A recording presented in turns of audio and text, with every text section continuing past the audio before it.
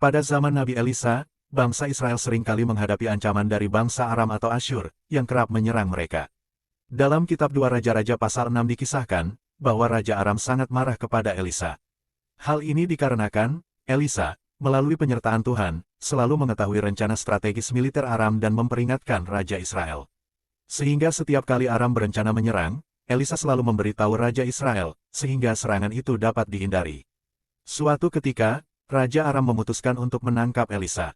Ia mengirim pasukan besar dengan kuda dan kereta perang untuk mengepung kota Dotan, tempat Elisa tinggal. Saat pagi hari, hamba Elisa bangun dan melihat pasukan besar yang mengepung kota tersebut.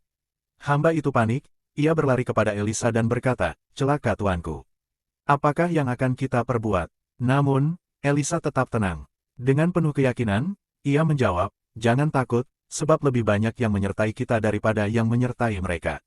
Lalu, di ayat 17 menulis, Elisa berdoa kepada Tuhan, "Ya Tuhan, bukalah kiranya matanya, supaya ia melihat." Tuhan mendengar doa Elisa, dan mata iman hambanya pun terbuka. Seketika, ia melihat gunung di sekeliling mereka penuh dengan kuda dan kereta berapi yang berasal dari Tuhan, siap melindungi mereka. Pasukan Aram, yang tampak begitu menakutkan bagi hamba Elisa, ternyata tidak ada apa-apanya dibandingkan kuasa Tuhan.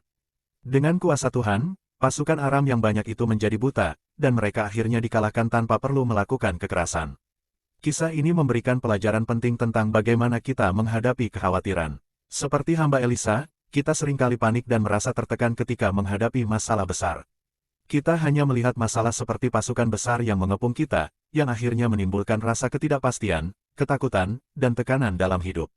Namun, seperti yang dilakukan Elisa, Tuhan mengundang kita untuk memandang segala sesuatu dengan mata iman.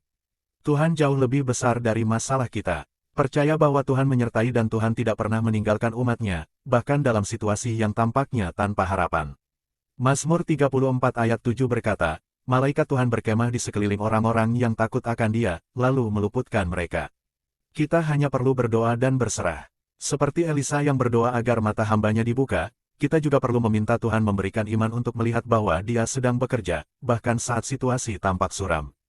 Filipi 4 ayat 6, "Janganlah hendaknya kamu khawatir tentang apapun juga, tetapi nyatakanlah dalam segala hal keinginanmu kepada Allah dalam doa dan permohonan dengan ucapan syukur."